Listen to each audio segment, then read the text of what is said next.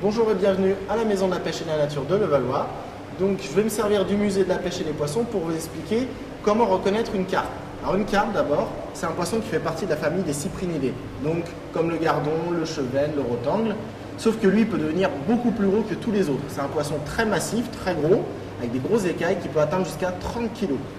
Donc c'est un poisson qui va se nourrir sur le fond. On le voit tout de suite à sa bouche. Sa bouche est une bouche qui peut déplier comme ça vers le bas pour aspirer les aliments qu'il va trouver dans la vase. Donc les aliments, ça va être par exemple des petites crevettes, des larves d'insectes, des larves de moustiques, il adore ça. Donc la carpe, pour la reconnaître, le plus facile, c'est sa taille. Sauf que quand elle est petite, on ne peut pas se fier à ça. Donc quand elle est petite, on regarde la forme de son corps général qui doit être assez trapu, les barbillons et des grandes nageoires. Elle a une nageoire qui ressemble à une voile au-dessus d'elle, donc c'est la nageoire dorsale. Parmi les carpes, il y a plusieurs variétés. On a les carpes par exemple communes, c'est-à-dire les carpes qui ont des écailles tout le long du corps. Donc en général des écailles assez grosses. Ensuite il y a les carpes miroirs. Les carpes miroirs, ce sont des carpes qui n'ont pas d'écailles, sauf quelques-unes qui sont dispersées sur le corps, comme des boucliers. Ensuite on a la carpe cuir qui est un peu plus rare, c'est-à-dire une carpe qui n'a pas d'écailles.